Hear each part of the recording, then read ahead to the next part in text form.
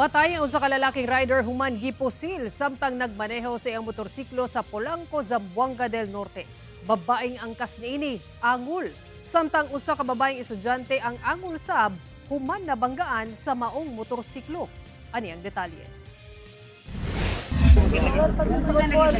Nagbuyod og naligo na sa kaugalingong dugo kining 43 anyos nga lalaking rider human gipusil samtang nagmaneho sa iyang motorsiklo sa Purok Kawayan, Barangay de Venta, Polanco, Zamboanga del Norte, banda 5:50 Lunes sa buntag. Gilayong gidala sa mga rescuer ang maong biktima nga dunay mga igo sa ulo ug likod sa ospital.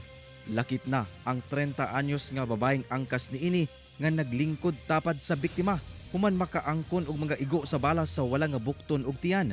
Higala matud pa kini sa maong rider. Ang mga biktima nagbiyahe gikan kini sa munisipyo sa Seri Osmeña padulong sa Polanco sakay sa usa ka motorsiklo sa dihang kalit silang gipusilan sa duha ka wala na ilhing lalaki nga suspek nga nagsakay usab og motorsiklo gamit ang wala pa mailhing armas. Apan atol sa hitabo, nabanggaan sa maong motorsiklo ang usa ka 25 anyos nga babaeng estudyante nga igo lang unta naghulat og masakyan padulong sa eskwelahan. Padayon sab kining ginatambalan sa ospital. Human sa pagpamusil, nawala sa kontrol ang motorsiklo nga may resulta sa ikaduhang bangga sa usa ka estudyante nga bystander sir, naghulat og sakyanan paingon sa eskwelahan. Padayon pa ang investigasyon sa PNP kalabot sa identity sa mga suspect, lakip na ang motibo sa krimen.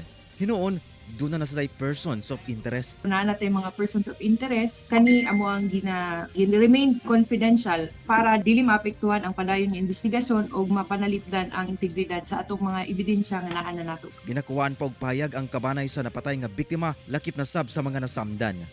Kauban si Gary Balantayog, Bong Vicencio, Efren Mamak. 1 Mindanao.